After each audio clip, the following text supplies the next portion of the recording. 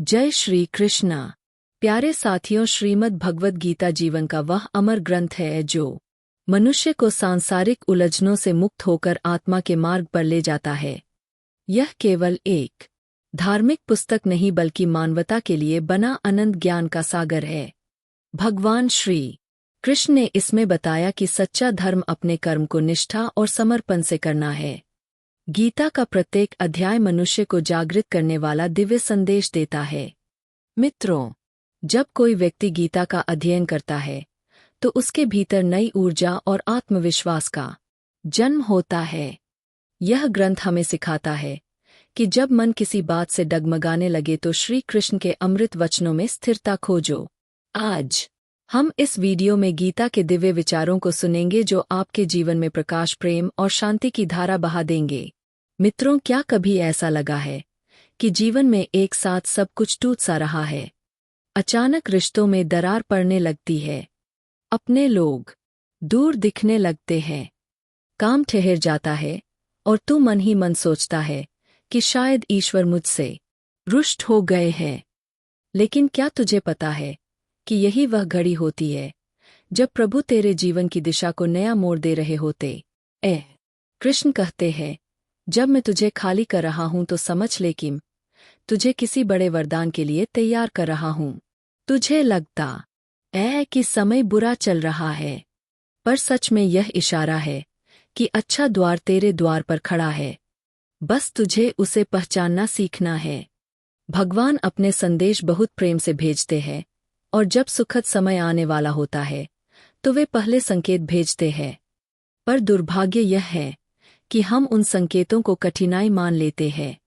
हम रोते हैं, व्याकुल होते हैं और कहते हैं कि मेरे साथ ही क्यों, जबकि उसी क्षण भगवान मुस्कुरा रहे होते हैं, क्योंकि उन्हें मालूम होता है कि तू उनके अगले आशीर्वाद के और पास आ गया है। शुरुआत में सब बिखरता है और यही पहला संकेत है, क्योंकि बिना टूटे नया बन ही नहीं सकता। जब कोई घर जर्जर हो जाता है तो ईश्वर तूफान भेजते हैं ताकि दीवारें गिरे और एक नया, मजबूत, सुंदर और टिकाऊ घर खड़ा हो सके। तू उस गिरावट को दंड समझता है, लेकिन कृष्ण उसे पुनर्निर्माण कहते हैं। क्या तूने कभी सोचा है कि कभी कभी वे लोग क्यों दूर हो जाते हैं जिनके बारे में तू सोचता था कि वे हमेशा साथ रहेंगे? कृष्ण कहते हैं, क्योंकि मैं देख रहा होता हूं कि वे तेरे भविष्य की राह में बाधा है। कई बार भगवान किसी को तेरी जिंदगी से इस तरह हटाते हैं कि तू टूट जाता है, लेकिन समय बीतने पर समझ आता है कि उनका जाना ही तेरा बचाव था। धीरे धीरे तू खुद को अकेला महसूस करने लगता है, आसपास लोग कम हो जाते हैं, बातें सिमट जाती है और हंसी भी कहीं खो जाती। पर यही तो संकेत है। कृष्ण तुझे भीख से अलग कर रहे हैं ताकि तू खुद को पहचान सके, क्योंकि अच्छा समय तब आता है जब इंसान अपने असली स्वरूप को जान लेता है, जब वह सब कुछ खोकर भी मुस्कुराना सीख लेता है। हर रात के आंसू भगवान की योजना का हिस्सा होते हैं। हर पीड़ा और हर कष्ट तेरी आत्मा को और सशक्त बना रहा होता है। कृष्ण कहते हैं, मैं तुझे टूटने नहीं दूंगा, बस तुझे वह सिखा रहा हूं जो आगे चलकर तुझे ऊंचाइयों तक ले जाएगा। क्या तूने ध्यान दिया है कि अचानक सब कुछ धीमा हो जाता है? काम थम जाते हैं, फोन कम आने लगते हैं और दोस्त दूर नजर आने लगते हैं।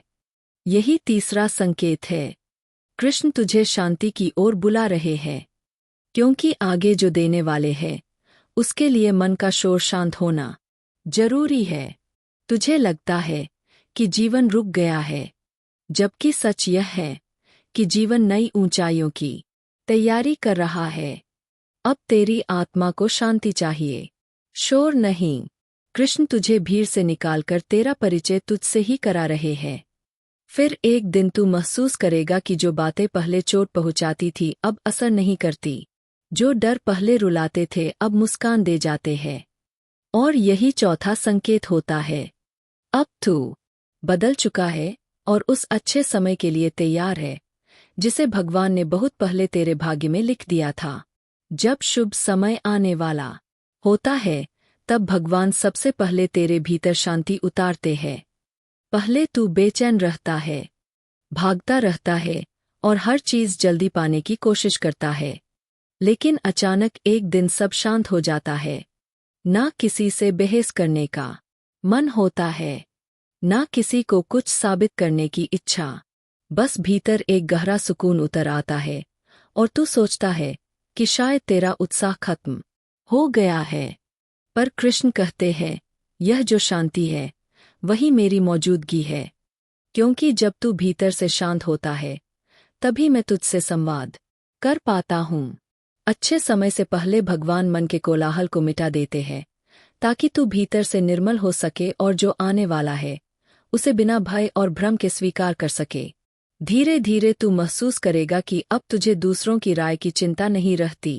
पहले तू अपनी कीमत दूसरों के शब्दों में खोजता था और अब तू अपने भीतर की आवाज में सुकून ढूंढने लगा है। यही पांचवा संकेत है आत्मबोध का। कृष्ण कहते हैं, जब इंसान खुद को पहचानने लगता है तब वह मेरे सबसे समीप होता है, क्योंकि मैं वहां नहीं हूं जहां लोग मुझे ढूंढते हैं, बल्कि वहां हूं जहां इंसान स्वयं को सच्चाई से देखना शुरू करता है। अब तेरे भीतर परिवर्तन आने लगता है। तेरी सोच, तेरे शब्द और तेरे फैसले गहराने लगते हैं। पहले जो काम तू जल्दबाजी में कर देता था अब उन पर विचार करता है। पहले जिन दुखों से तू भागता था अब उनमें भी अर्थ खोजने लगता है। यही छठा संकेत है कि तू परिपक्व हो रहा है, क्योंकि भगवान कभी भी अधूरे पात्र पर कृपा नहीं करते। वे पहले पात्र को पूर्ण करते हैं, फिर आशीर्वाद बरसाते हैं। तेरे भीतर जो यह समझ विकसित हो रही है वही असली तैयारी है। फिर अचानक ऐसा होता है कि तू पुरानी आदतों, पुरानी जगहों और यहाँ तक कि कुछ अपने लोगों से भी दूरी महसूस करने लगता है। तू अब पहले जैसा नहीं रहा, तेरा मन बदल चुका है। कृष्ण कहते हैं, जब कष्टों को दूर करने में ही अपना अधिकांश समय लगाते थे। राजा रामदास की आयु वर्ष हो चुकी थी, किंतु अब तक उन्होंने विवाह नहीं किया था, क्योंकि उनके हृदय में केवल प्रभु भक्ति और जनता की सेवा ही सर्वोपरि थी। हालांकि उनके मंत्री और राज्यवासी चाहते थे कि राजा विवाह करे ताकि राज्य को उत्तराधिकारी मिल सके। संगीत। इस पर राजा रामदास सदैव यही उत्तर देते कि जब भगवान की इच्छा होगी तब सब स्वयं हो जाएगा। अवध नगर से कुछ दूरी पर वृंदावन नगरी नाम का एक अन्य राज्य था, जहां राजा हरिदास राज्य करते थे। राजा हरिदास भी अत्यंत धर्मनिष्ठ और सज्जन व्यक्ति थे। उनकी एक पुत्री थी जिसका नाम सरिता था। राजकुमारी सरिता की सुंदरता और उसकी आध्यात्मिक लगन की कथाएं दूर दूर तक प्रसिद्ध थी। वह केवल रूप में ही नहीं बल्कि मन से भी अत्यंत निर्मल और पावन थी। सरिता बचपन से ही भगवान कृष्ण की अन्य भक्त थी। वह प्रतिदिन प्रभात में श्री कृष्ण की मूर्ति के समक्ष नृत्य करती, भजन गाती और उनसे ऐसे संवाद करती मानो वे साक्षात उसके सामने हो। लोग कहते थे कि सरिता को वास्तव में भगवान कृष्ण के दर्शन होते हैं। वह स्वयं को कृष्ण की दासी मानती थी और कहती थी कि यदि विवाह करेगी तो केवल कृष्ण से ही। इस बात को लेकर उसके माता पिता अत्यंत चिंतित रहते थे। राजा हरिदास और रानी सुमित्रा की इच्छा थी कि सरिता का विवाह किसी योग्य राजकुमार से हो जाए। एक समय की बात है जब राजा हरिदास के राज्य में एक विशाल धार्मिक मेले का आयोजन हुआ। इस मेले में दूर दूर से साधु, संत, भक्त और अनेक राजा महाराजा पधारे थे। राजा रामदास भी अपने कुछ मंत्रियों के साथ उस मेले में पहुंचे, क्योंकि उन्होंने सुना था कि वहां महान ज्ञानी संत आते हैं जिनसे उन्हें ईश्वर संबंधी नई शिक्षाएं प्राप्त हो सकती है। मेले के दिन प्रातःकाल से ही चारों ओर उत्सव जैसा वातावरण था। हर दिशा से भजन कीर्तन की मधुर ध्वनियां सुनाई दे रही थी। अगरबत्ती और पुष्पों की सुगंध वायु में व्याप्त थी। राजा रामदास धीरे धीरे मेले में भ्रमण करते हुए संतों के उपदेश सुन रहे थे। तभी अचानक उन्हें दूर से एक अत्यंत मधुर स्वर सुनाई दिया। यह स्वर इतना मोहक और भक्ति से परिपूर्ण था कि राजा के चरण स्वतः उसी दिशा में बढ़ चले। पास पहुंचने पर उन्होंने देखा कि एक अत्यंत सुंदर कन्या भगवान कृष्ण की प्रतिमा के सामने नृत्य और गायन कर रही। उसके मुख पर ऐसा तेज था मानो वह कोई दिव्य शक्ति हो। उसकी आंखों में प्रभु के प्रति इतना प्रेम था कि देखने वालों का हृदय द्रवित हो जाए। वह कन्या कोई और नहीं बल्कि राजकुमारी सरिता थी। राजा रामदास वहीं ठहरकर सरिता का भजन सुनने लगे और उन्हें अनुभव हुआ कि यह कोई साधारण बालिका नहीं बल्कि भगवान की विशेष भक्त है। सरिता गा रही थी, हे कृष्ण मेरे प्रिय, मेरा हृदय केवल तुम्हारे लिए धड़कता है। मुझे इस संसार से और कुछ नहीं चाहिए, बस तुम्हारा साथ चाहिए। उसकी वाणी की सच्चाई ने राजा रामदास की आंखें नम कर दी। जब सरिता ने भजन पूर्ण किया तो वहां उपस्थित जनसमूह ने तालियां बजाई और राधे राधे के जयकारे लगाने लगा। राजा रामदास उस दृश्य से अत्यंत प्रभावित हुए और मन ही मन सोचने लगे कि काश उनके भीतर भी प्रभु के लिए ऐसी गहन भक्ति होती। उन्होंने अपने मंत्री से पूछा कि यह कन्या कौन है। मंत्री ने बताया कि यह राजा हरिदास की पुत्री सरिता है, जो भगवान कृष्ण की अन्य भक्त है। राजा रामदास के मन में सरिता के प्रति प्रेम नहीं बल्कि गहरा आदर और श्रद्धा उत्पन्न हुई। उन्हें प्रतीत हुआ कि यह कन्या उन्हें ईश्वर के और निकट ले जा सकती है।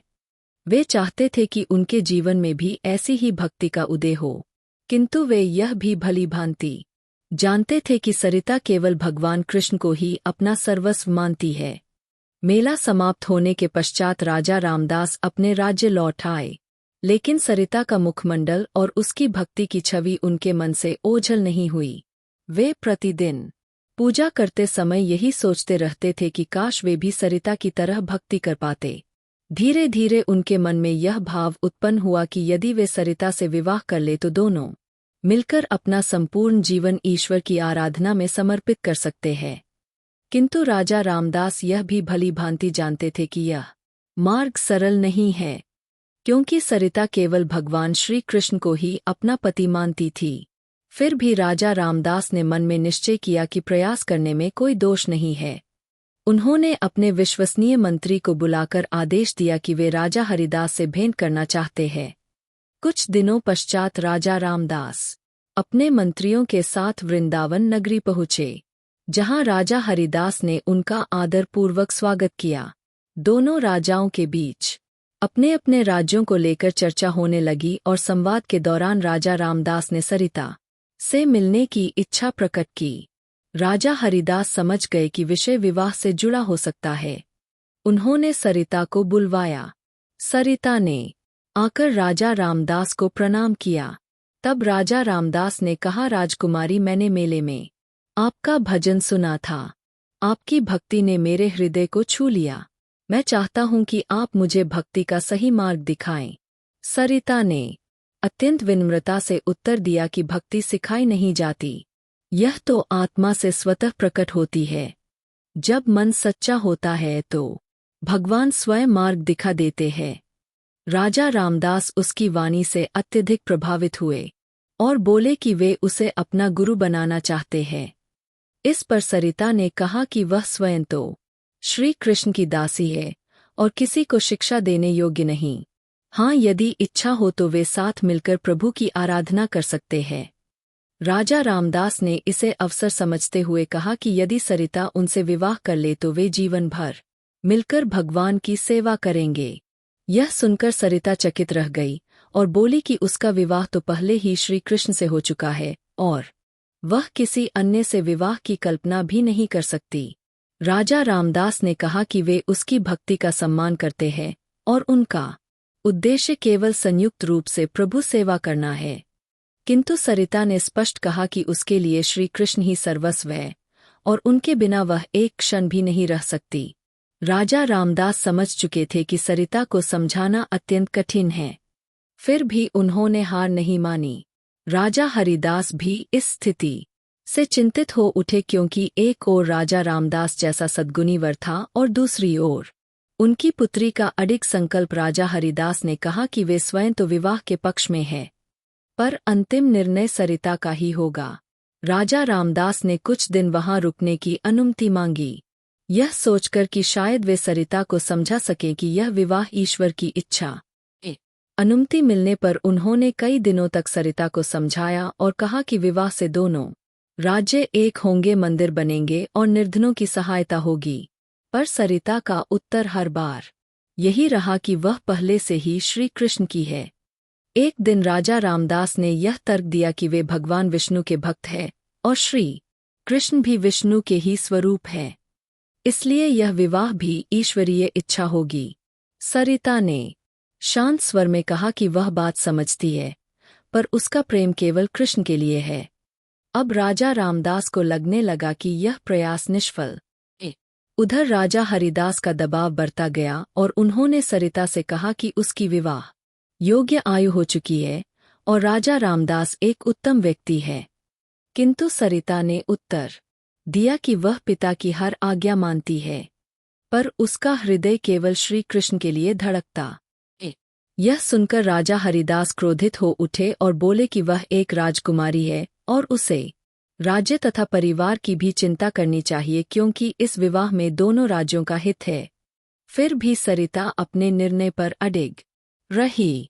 तब रानी सुमित्रा ने भी उसे समझाया और कहा कि वह अभी बाल सुलभ है और उसे नहीं पता कि दुनिया क्या होती है। शादी के बाद तुम हमेशा सुखी रहोगी, ऐसा समझाते हुए माँ ने कहा। पर सरिता ने शांत स्वर में उत्तर दिया कि माँ, मैं तो पहले से ही प्रसन्न हूँ और मुझे भगवान श्री कृष्ण के अतिरिक्त किसी वस्तु की चाह नहीं है। जब हर प्रयास असफल हो गया तो राजा हरिदास ने कठोर निर्णय लेते हुए सरिता से कहा कि यदि उसने राजा रामदास से विवाह नहीं किया तो उसे यह घर त्यागना होगा। यह सुनकर सरिता का हृदय आहत हुआ, किंतु वह अपनी भक्ति के मार्ग से विचलित नहीं हुई। उसी रात्रि वह अपने कक्ष में श्री कृष्ण की मूर्ति के सामने अश्रुपूर्ण नेत्रों से प्रार्थना करने लगी और कहने लगी, हे कृष्ण, अब मैं क्या करूं? सब लोग मुझे किसी और से विवाह के लिए विवश कर रहे हैं, जबकि मेरा मन केवल तुम्हारा है। कृपा कर मेरी रक्षा करो। वह सारी रात रोती रही और प्रभु से विनती करती रही। प्रातः होते ही राजा हरिदास ने सरिता को बुलाकर अंतिम निर्णय सुनाने को कहा कि या तो वह राजा रामदास से विवाह करें या फिर यह घर छोड़ दे। सरिता ने बिना डरे कहा कि वह घर त्याग सकती है, पर भक्ति नहीं। यह सुनकर राजा रामदास का मन टूट गया और उन्हें लगा कि उनकी वजह से सबको कष्ट हो रहा है। वे राजा हरिदास के पास जाकर बोले कि वे नहीं चाहते कि सरिता को घर छोड़ना पड़े और वे अपना प्रस्ताव वापस लेते हैं। किंतु तब यह विषय राजा हरिदास के सम्मान से जुड़ चुका था और उन्होंने दो टूक कह दिया कि अब निर्णय बदल नहीं सकता। राजा रामदास समझ गए कि अब कुछ भी संभव नहीं है। संध्या समय सरिता ने थोड़ा सा सामान बांधा और केवल श्री कृष्ण की छोटी मूर्ति साथ लेकर घर से निकलने लगी। उसकी माता रानी सुमित्रा यह देख रो पड़ी और बोली कि बेटी, तू कहाँ जाएगी और अकेली कैसे रहेगी? तब सरिता ने उन्हें गले लगाकर कहा कि वह अकेली नहीं है, क्योंकि उसके साथ स्वयं कृष्ण है। इतना कहकर वह घर से बाहर निकल गई। राजा रामदास यह दृश्य देखकर अत्यंत व्यथित हो गए और उन्होंने स्वयं को दोषी माना। सरिता नगर से बाहर एक प्राचीन शिव मंदिर पहुंची और वहीं ठहर गई। पुजारी ने उससे परिचय पूछा तो उसने अपनी कथा सुना दी। पुजारी ने कहा कि मंदिर साधारण है और सुविधाएं कम हैं, पर सरिता ने कहा कि उसे केवल ईश्वर के समीप रहने का स्थान चाहिए।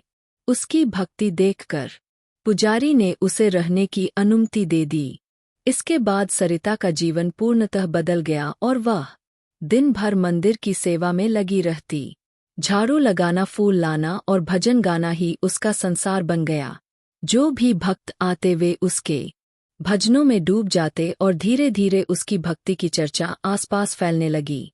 लोग अन्न और वस्त्र देने लगे, पर सरिता आवश्यकता भर ही रखती और शेष निर्धनों में बांट देती। उधर राजा रामदास को यह सब समाचार मिलते रहते और वे मन ही मन पीड़ा महसूस करते हुए प्रभु से सरिता की कुशलता की प्रार्थना करते रहते।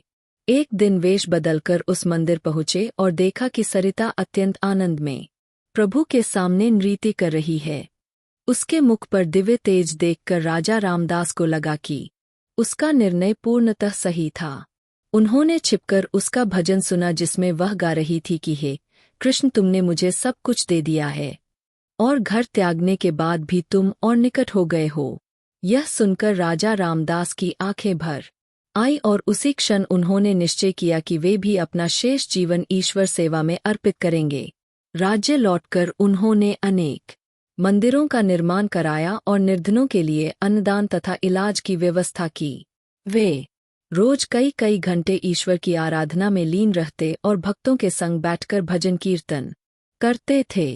धीरे धीरे उनका संपूर्ण राज्य एक पवित्र धार्मिक नगरी के रूप में पहचाना जाने लगा। उधर सरिता भी अपने मंदिर में निरंतर भगवान की सेवा में लगी रहती और उसकी निष्कलंक भक्ति को देखकर असंख्य लोग प्रभावित होकर प्रभु के मार्ग पर चलने लगे। सरिता के भजनों की कीर्ति अब दूर दूर तक फैल चुकी थी और बड़े बड़े संत महात्मा उससे मिलने आने लगे थे। एक दिन एक महान संत उसके मंदिर पहुँचे जिनका नाम महात्मा गुरुदेव था। वे अत्यंत विद्वान और अनुभवी थे, जिन्होंने अपना जीवन ईश्वर की खोज में अर्पित कर दिया था। जब उन्होंने सरिता का भजन सुना तो वे अत्यंत भाव विभोर हो गए। गुरुदेव ने सरिता से कहा कि उसकी भक्ति में अपार शक्ति है और सांसारिक सुखों को त्याग कर भगवान का मार्ग चुनना कोई साधारण बात नहीं। सरिता ने नम्रता से उत्तर दिया कि उसने कुछ भी नहीं छोड़ा बल्कि उसे वही प्राप्त हुआ जो उसे सबसे प्रिय था। तब गुरुदेव बोले कि भगवान ने अब तक उसकी परीक्षा ली है जिसमें वह सफल रही है, पर असली परीक्षा अब भी शेष है। यह सुनकर सरिता ने पूछा कि वह परीक्षा क्या है। गुरुदेव ने कहा कि अब तक उसने केवल त्याग किया है, किंतु अब भगवान चाहते हैं कि वह अपनी भक्ति से संसार के लोगों के जीवन में परिवर्तन लाए। सरिता ने स्वयं को साधारण बताते हुए असमर्थता जताई तो गुरुदेव मुस्कुराकर बोले कि सच्चे भक्त कभी साधारण नहीं होते और शीघ्र ही उसे अपनी भक्ति की शक्ति दिखाने का अवसर मिलेगा। इतना कहकर वे वहां से चले गए। कुछ समय बाद सरिता के मंदिर में एक विचित्र घटना घटी। जब एक स्त्री अपने अत्यंत बीमार पुत्र को लेकर वहां आई, उसका बच्चा गंभीर रूप से पीड़ित था और वैद्य भी उत्तर दे चुके थे। वह स्त्री रोते हुए सरिता से विनती करने लगी कि वह अपने बेटे को बचा ले क्योंकि उसकी प्रार्थना भगवान अवश्य सुनेंगे। सरिता ने कहा कि वह कोई चमत्कार नहीं कर सकती, पर सब मिलकर प्रभु से प्रार्थना कर सकते हैं।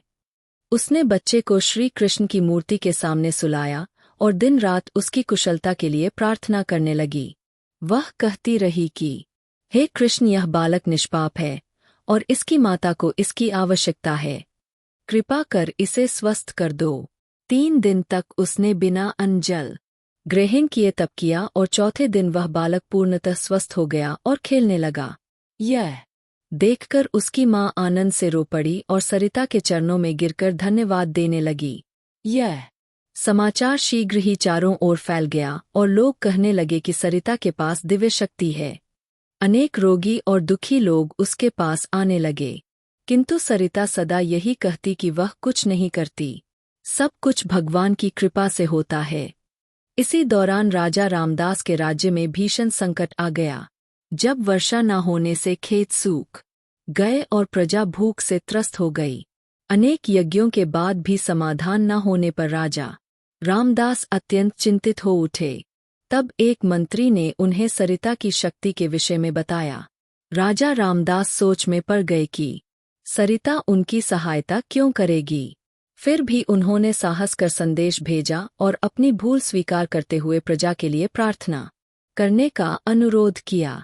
संदेश मिलने पर सरिता ने बिना कोई शिकायत किए कहा कि राजा रामदास भी भगवान के भक्त है और वह अवश्य उनकी प्रजा के लिए प्रार्थना करेगी। इसके बाद सरिता ने लगातार 7 दिनों तक वर्षा के लिए तप किया और भगवान से विनती करती रही कि हे कृष्ण, राजा रामदास की प्रजा जल के अभाव में पीड़ित है। वे सब तुम्हारे ही बच्चे हैं, तुम उन पर अपनी कृपा करो। ऐसा भाव मन में लिए सरिता निरंतर प्रार्थना करती रही और 7वें दिन अचानक आकाश में घने काले बादल छा गए तथा मूसलाधार वर्षा आरंभ हो गई। यह दृश्य देखकर राजा रामदास अत्यंत प्रसन्न हुए और वे तुरंत सरिता के पास पहुँचे। उन्होंने कृतज्ञता व्यक्त करते हुए कहा कि उसकी प्रार्थना से उनकी प्रजा का जीवन बच गया और वे सदैव उसके आनी रहेंगे। तब सरिता ने सहज भाव से उत्तर दिया कि उसने कुछ भी नहीं किया, यह सब प्रभु की कृपा का परिणाम है। राजा रामदास ने इच्छा प्रकट की कि सरिता उनके राज्य में निवास करें और वे उसके लिए एक भव्य मंदिर का निर्माण कराएंगे।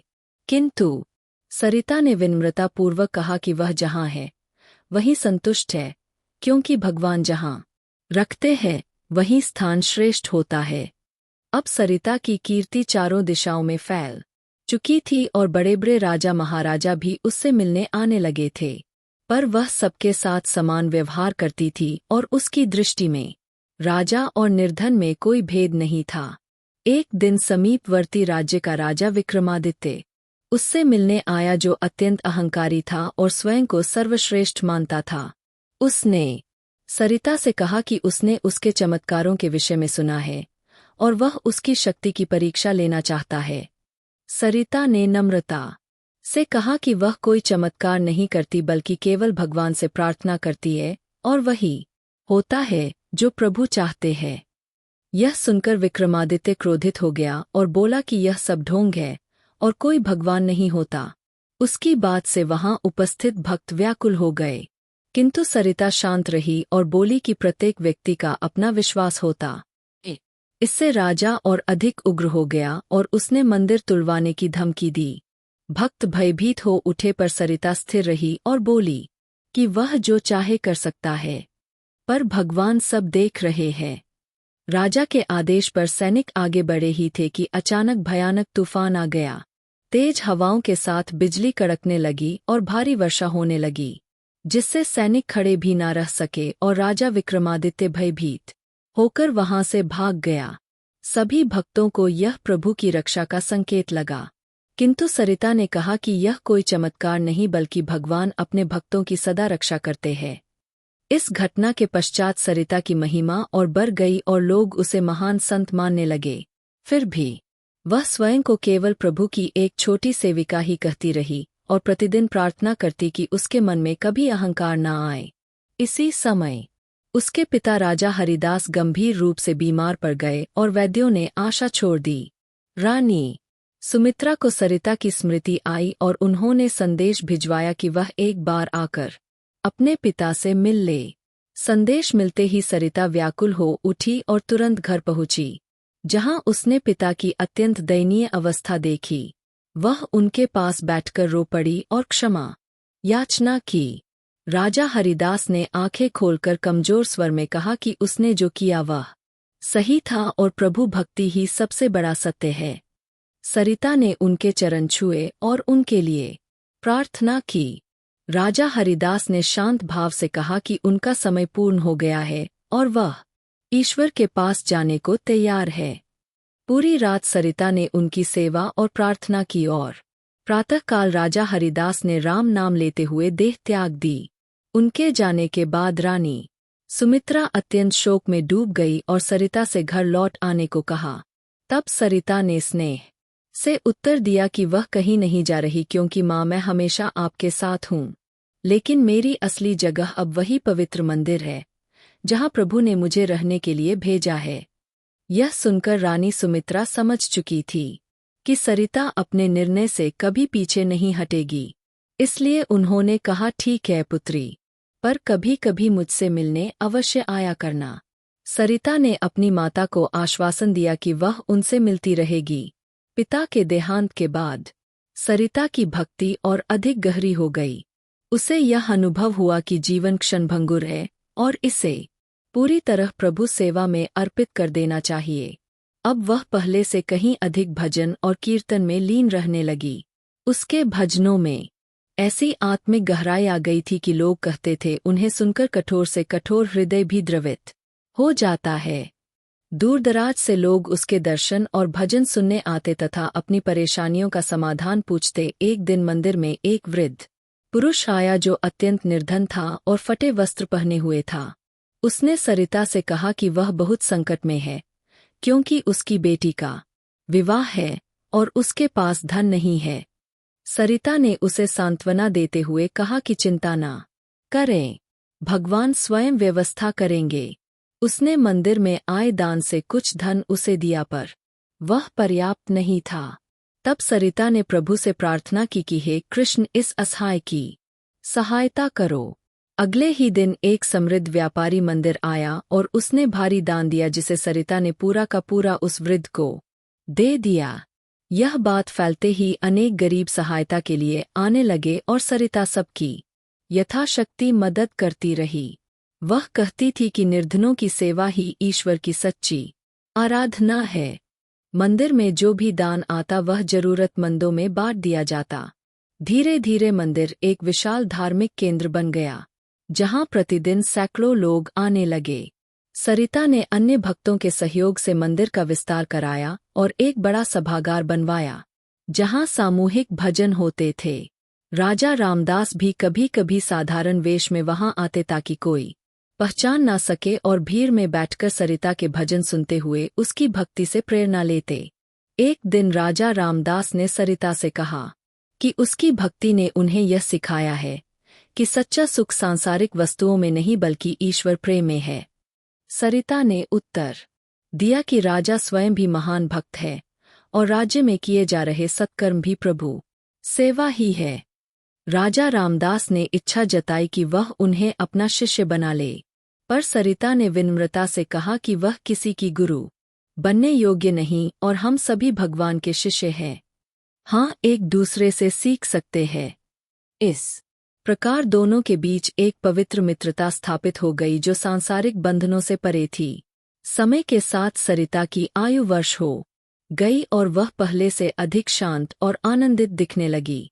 उसके मुख पर ऐसी दिव्य आभा थी जो सबको आकर्षित करती थी। एक दिन मंदिर में एक युवा भक्त आया जिसका नाम रामदास था और वह अत्यंत दुखी दिखाई दे रहा था। उसने बताया कि उसकी पत्नी का देहांत हो गया है और अब वह स्वयं को अकेला और दंडित महसूस करता है। सरिता ने प्रेम पूर्वक समझाया कि भगवान कभी किसी को दंड नहीं देते और जो होता है वह उनकी इच्छा से होता है। उसकी पत्नी अब प्रभु के पास है और प्रसन्न है। जब उसने पूछा कि वह उसके बिना कैसे जिए, तो सरिता ने कहा कि प्रेम कभी मरता नहीं और यदि वह उस प्रेम को भगवान से जोड़ ले तो उसे अपनी पत्नी भी उन्हीं में अनुभव होगी। यह सुनकर रामदास को शांति मिली और वह नियमित भक्ति करने लगा, जिससे उसका दुख कम हो गया। ऐसे ही अनेक पीड़ित लोग सरिता के पास आते और वह सभी को यही सिखाती कि ईश्वर प्रेम ही हर पीड़ा की औषधि है और जो भी आता वह हल्का मन लेकर लौटता। एक दिन मंदिर में एक क्रोधित स्त्री आई और उसने कहा कि उसने सुना है कि सरिता बड़ी भक्त है, पर उसे भगवान पर विश्वास नहीं क्योंकि उसके साथ सदैव बुरा ही हुआ है। तब सरिता ने शांत स्वर में पूछा, बहन क्या हुआ है? औरत ने कहा, मेरा बेटा बहुत गंभीर रूप से बीमार है। मैंने अनगिनत बार प्रार्थनाएं की, कई व्रत और मन्नतें मांगी, फिर भी कुछ भी ठीक नहीं हुआ। यदि भगवान वास्तव में होते तो वे मेरे बेटे को स्वस्थ क्यों नहीं करते? सरिता ने अत्यंत शांत भाव से उत्तर दिया, बहन भगवान हर प्रार्थना सुनते पर वे वही करते हैं जो हमारे लिए सबसे उत्तम होता है। संभव है कि इस पीड़ा में भी कोई गहरा अर्थ छिपा हो। औरत ने क्रोध में कहा, यह कैसी बात है? बीमारी में भलाई कहाँ होती है? सरिता ने समझाते हुए कहा, बहन कई बार दुख ही हमें ईश्वर की शरण में लाता है। आज तुम्हारा यहाँ आना भी शायद उन्हीं की योजना है। औरत को उसकी बातों में कुछ सच्चाई महसूस हुई और उसने पूछा, अब मुझे क्या करना चाहिए? सरिता ने कहा, जैसे तुम अपने बेटे से निस्वार्थ प्रेम करती हो वैसे ही भगवान से प्रेम करो। परिणाम की चिंता छोड़कर उन पर पूरा विश्वास रखो। उस स्त्री ने सरिता की बात मान ली और प्रतिदिन मंदिर आकर मन से प्रार्थना करने लगी। एक माह पश्चात उसका बेटा अचानक पूर्णतः स्वस्थ हो गया, जिसे देखकर वैद्य भी चकित रह गए। तब उस औरत को प्रभु की असीम शक्ति का अनुभव हुआ। अब सरिता के मंदिर की कीर्ति दूर दूर तक फैल चुकी थी और अन्य राज्यों से भी श्रद्धालु आने लगे थे। कुछ लोग तो महीनों तक वहीं ठहरकर भक्ति का मार्ग सीखते थे। इसी दौरान एक रात्रि कुछ कुटिल व्यक्ति मंदिर में प्रवेश कर गए जो डाकू थे और उन्होंने सुना था कि वहां बहुत धन एकत्र है। उनका सरदार कालू नामक निर्दयी डाकू था और वे अंधेरे में चोरी के उद्देश्य से आए थे। भीतर पहुंचकर उन्होंने देखा कि सरिता भगवान के समक्ष बैठकर भजन कर रही है। कालू ने साथियों से फुसफुसाकर कहा, चुपचाप कीमती वस्तुएं उठा लो। पर खोजने पर उन्हें केवल कुछ पीतल के पात्र और थोड़े से सिक्के ही मिले।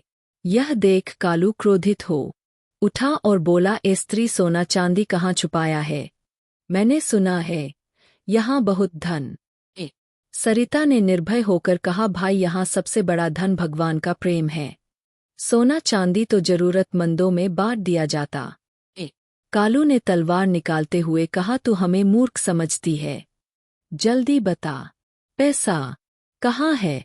सरिता शांत स्वर में बोली, भाई, यदि आवश्यकता है तो यह भी पर्याप्त है, और यदि लालच है तो सारी दुनिया की दौलत भी कम पड़ जाएगी। यह सुनकर कालू और भड़क गया और आगे बढ़ा, पर अचानक उसका हाथ हवा में ही स्थिर हो गया, मानो किसी अदृश्य शक्ति ने उसे थाम लिया हो। वह पूरी शक्ति लगाने पर भी तलवार नहीं हिला सका। उसके साथी भयभीत हो गए और सोचने लगे, यह कैसा रहस्य है? सरिता ने शांत भाव से कहा, भगवान तुम्हें गलत कर्म से रोक रहे हैं, चाहो तो बैठकर भजन सुनो। कालू घबरा गया और धीरे धीरे उसका क्रोध शांत होने लगा। सरिता की मधुर वाणी और शांत मुख देखकर उसका हृदय बदलने लगा। उसने पूछा, क्या तुम्हें डर नहीं लगता? हम खतरनाक डाकू हैं। सरिता ने कहा, जब भगवान साथ हो तो किसी से भय कैसा? कालू ने पूछा, तुम्हारा भगवान कहाँ है? मुझे तो दिखाई नहीं देता। सरिता ने अपने हृदय पर हाथ रखकर कहा, वे यहाँ हैं और तुम्हारे भीतर भी, बस तुमने उन्हें पहचाना नहीं। अब उसके साथियों का मन भी पिघलने लगा और एक ने कहा, सरदार, यह साधारण स्त्री नहीं है। तब सरिता ने कहा, भाई बैठ जाओ, मैं तुम्हारे लिए भजन गाती हूँ। अद्भुत रूप से कालू और उसके सभी साथी स्वयं को बैठने से रोक न सके और सरिता ने अत्यंत मधुर स्वर में भजन गाना शुरू किया। उसकी आवाज में इतनी मधुरता थी कि सुनने वाला मंत्रमुग्ध हो जाए। वह गा रही थी, हे भगवान, तुम हर दिल में वास करते हो, चाहे कोई संत हो या पापी, सभी में तुम ही निवास करते हो। कालिदास और उसके साथी भजन सुनकर पूरी तरह प्रभावित हो गए।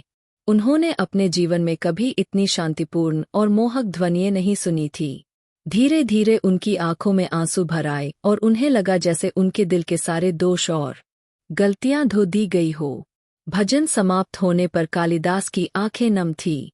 उसने कहा, मैंने आज तक जो भी किया वह सब गलत था, मुझे क्षमा कर दो।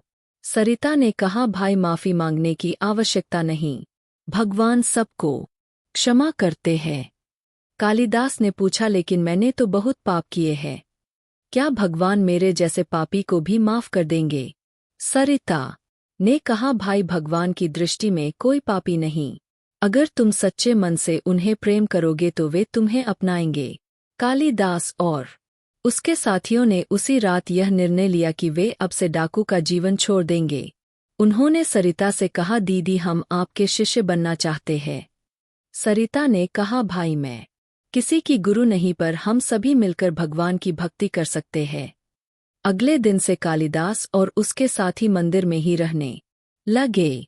वे दिन भर भगवान की सेवा करते और सरिता के साथ मिलकर भजन कीर्तन करते। जो लोग उन्हें पहले जानते थे वे यह देखकर दंग रह गए कि यह बदलाव कैसे संभव हुआ। कालिदास ने अपनी पूर्व चोरी की संपत्ति को वापस करने का संकल्प लिया और हर गांव जाकर लोगों से माफी मांगकर उनका सामान लौट आया। उसके साथी भी अपने जीवन को पूरी तरह बदलने लगे। यह घटना आसपास के सभी क्षेत्रों में फैल गई कि सरिता ने डाकुओं को भक्त बना दिया है। लोग कहने लगे कि सरिता में कोई अद्भुत शक्ति है, पर वह हमेशा कहती रही कि यह सब भगवान की कृपा है। एक दिन राजा रामदास को यह घटना पता चली। वे सरिता से मिलने आए और बोले, सरिता, तुमने जो किया वह वास्तव में अद्भुत है। तुम बुरे लोगों को अच्छे इंसान बना दिया। सरिता ने कहा, राजा जी, कोई भी व्यक्ति बुरा या अच्छा नहीं होता। बस कभी कभी लोग गलत राह पकड़ लेते हैं। राजा रामदास ने कहा, तुम्हारी भक्ति की शक्ति देखकर मैं हैरान हूँ। सरिता ने कहा, राजा जी, यह भक्ति की शक्ति नहीं बल्कि प्रेम की शक्ति है। जब कोई सच्चे मन से प्रेम करता है तो वह अपने आप बदल जाता है। अब मंदिर का माहौल और भी दिव्य हो गया। वहां अमीर गरीब शिक्षित अनपढ़ सभी आते थे। सरिता सभी के साथ समान व्यवहार करती थी। कालिदास अब मंदिर का प्रधान सेवक बन गया था। वह सुबह जल्दी उठता, मंदिर की सफाई करता, फूल लाता और भक्तों की सेवा करता। लोग यह परिवर्तन देखकर दंग रह जाते। जो व्यक्ति पहले लोगों को डराता था अब वही उनकी मदद करता था। एक दिन कालिदास ने सरिता से पूछा, दीदी, आपने मुझे कैसे बदल दिया? सरिता ने कहा, भाई, मैंने कुछ नहीं किया। तुम्हारे अंदर की अच्छाई पहले से मौजूद थी, बस उसे बाहर लाने की आवश्यकता थी। कालिदास ने कहा, लेकिन मैं तो बहुत बुरा था। सरिता ने समझाया, भाई, कोई भी जन्म से बुरा नहीं होता, परिस्थितियां और संगति उसे बुरा बना देती है। सही मार्ग मिलने पर वह स्वयं बदल जाता है। अब सरिता की आयु वर्ष हो गई थी। वह पहले से अधिक सुंदर और तेजस्वी लगती थी। उसके चेहरे की दिव्यता हर किसी को आकर्षित करती थी। लोग कहते थे कि वह किसी देवी जैसी है। सरिता का जीवन बेहद साधारण था। वह सुबह जल्दी उठती, स्नान कर भगवान की पूजा करती और भक्तों के साथ भजन कीर्तन करती। दिन में लोगों की समस्याएं सुनती और मार्गदर्शन देती। शाम को फिर भजन और रात में अकेले भगवान को याद करती।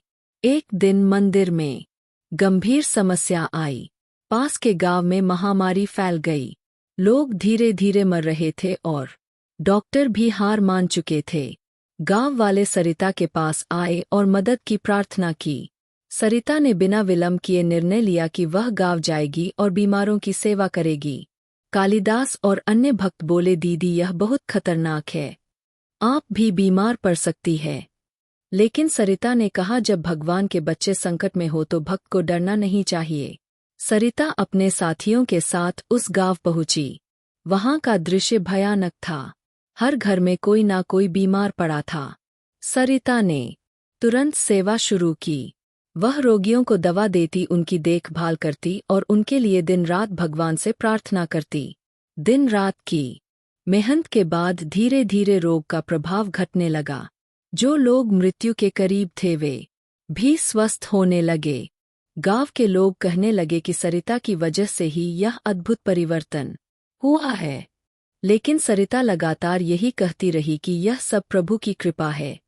एक महीने के भीतर उस गांव से महामारी पूरी तरह समाप्त हो गई। गांव वासियों ने सरिता को ईश्वर समान मान लिया। वे कहने लगे कि सरिता कोई साधारण मनुष्य नहीं बल्कि भगवान द्वारा भेजी गई दूत है। यह समाचार जब राजा रामदास तक पहुंचा तो वे अत्यंत प्रभावित हुए। उन्होंने सरिता से भेंट कर कहा, सरिता, तुमने अपने प्राणों की चिंता किए बिना जनसेवा की है। यही सच्ची भक्ति का सबसे बड़ा प्रमाण है। सरिता ने कहा, राजा जी, प्रभु के बच्चों की सेवा ही भगवान की सर्वोच्च आराधना है। अब सरिता की ख्याति पूरे देश में फैल चुकी थी। दूर दूर से राजा, महाराजा, संत, साधु और सामान्य लोग उससे मिलने आने लगे। फिर भी सरिता ने अपना सरल जीवन कभी नहीं छोड़ा। वह आज भी उसी छोटे कक्ष में रहती थी और वही साधारण भोजन करती थी। एक दिन दिल्ली के बादशाह का एक दूत सरिता के पास आया। उसने कहा, बादशाह आपको दरबार में आमंत्रित कर रहे हैं। वे आपसे मिलना चाहते हैं। सरिता ने विनम्रता से कहा, बादशाह सलामत का बहुत धन्यवाद, पर मेरा स्थान तो यही है। दूत ने कहा, लेकिन शाही आदेश को ठुकराना ठीक नहीं होगा। सरिता ने कहा, मैं बादशाह सलामत का सम्मान करती हूँ, पर मैं केवल एक ही बादशाह को मानती हूँ और वे है मेरे आराध्य भगवान कृष्ण।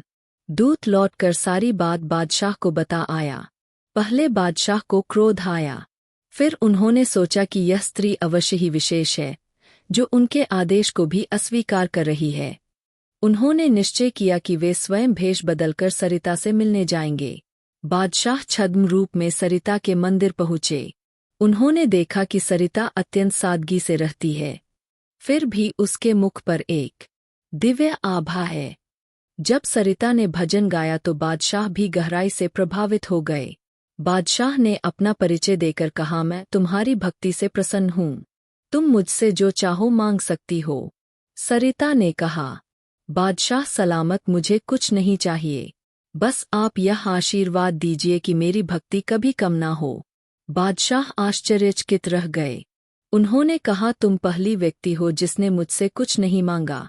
सरिता ने कहा, जब भगवान सब कुछ देने वाले हैं तो किसी और से क्या मांगना। बादशाह अत्यंत प्रभावित होकर लौट गए। अब सरिता की आयु वर्ष हो चुकी थी। उसकी भक्ति और भी गहन हो गई थी। लोग कहने लगे कि वह सीधे भगवान से संवाद करती। कभी कभी भक्त देखते कि सरिता एकांत में किसी से बातें कर रही है, जबकि वहां कोई नहीं होता था। एक दिन सरिता ने सबको बताया कि भगवान कृष्ण प्रतिदिन रात्रि में उससे मिलने आते हैं।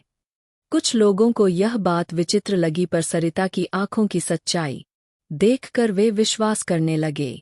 सरिता कहती थी, कृष्ण हर रात आते हैं और मुझे आगे का मार्ग बताते हैं। भक्तों को यह सब अजीब लगता था, फिर भी वे उसकी पवित्रता पर भरोसा करते थे। एक रात कालिदास ने छिपकर देखने का प्रयास किया कि सरिता किससे बातें करती है। उसने देखा कि सरिता अकेली बैठी मुस्कुराते हुए संवाद कर रही है। उसके चेहरे पर अपार आनंद था, मानो वह सच में किसी से मिल रही हो। अगली सुबह कालिदास ने पूछा, दीदी आप रात में किससे बातें करती है? सरिता मुस्कुरा कर बोली, भाई यह अनुभव शब्दों में नहीं समझाया जा सकता। जब भक्ति पूर्ण हो जाती है तो भगवान स्वयं भक्त से मिलने आते हैं। कालिदास ने कहा, दीदी हमें भी उनके दर्शन करा दीजिए। सरिता ने कहा, भाई यह मेरे वश में नहीं है। जब तुम्हारी भक्ति पूर्ण होगी तो तुम्हें भी अवश्य दर्शन होंगे। अब मंदिर का वातावरण ही दिव्य हो गया था। वहां आने वाले हर व्यक्ति को लगता था कि यह साधारण स्थान नहीं है। हवा में एक अनोखी सुगंध थी और मन को गहरी शांति मिलती थी। एक दिन सरिता ने अपने निकटतम भक्तों से कहा, मुझे प्रतीत होता है कि अब भगवान मुझे अपने पास बुला रहे हैं। यह सुनकर भक्त घबरा गए और बोले, दीदी आप ऐसा क्यों कह रही है? सरिता ने कहा, इसमें भय की कोई बात नहीं, मैं अत्यंत प्रसन्न हूँ। उसने कहा, मैंने अपने जीवन का उद्देश्य पूरा कर लिया है। अब प्रभु चाहते हैं कि मैं उनके पास लौट जाऊं। भक्त यह सुनकर अत्यंत दुखी हो गए। कालिदास रोते हुए बोला, दीदी आप हमें छोड़कर कैसे जा सकती? सरिता ने समझाया, मैं कहीं नहीं जा रही हूँ, मैं सदा तुम्हारे साथ रहूंगी, केवल यह शरीर नहीं रहेगा। उसने सभी से कहा कि वे शोक ना करें बल्कि आनंदित रहें। अगले दिनों में सरिता ने सभी से भेंट की। उसने अपनी माँ रानी सुमित्रा को भी बुलवाया। रानी आई तो फूट फूट कर रोई और बोली, बेटी तू मुझे छोड़कर कैसे जा सकती? सरिता ने माँ को गले लगाकर कहा, माँ जहाँ मैं जा रही हूँ वहाँ केवल आनंद है। राजा रामदास को भी यह समाचार मिला। वे तुरंत सरिता से मिलने आए और बोले, सरिता तुम्हारे बिना यह संसार अधूरा हो जाएगा। सरिता ने कहा, राजा जी आप चिंता मत कीजिए, भगवान की भक्ति कभी समाप्त नहीं होती। सरिता के इस संसार से प्रस्थान की खबर सुनते ही हजारों लोग उसे देखने और विदाई देने के लिए जुट गए। सभी दुखी थे और उसे रोकने की विनती कर रहे थे, पर सरिता लगातार यही समझा रही थी कि मृत्यु कोई दुखद घटना नहीं है। अपने अंतिम दिन सरिता ने अत्यंत मधुर भजन गाया।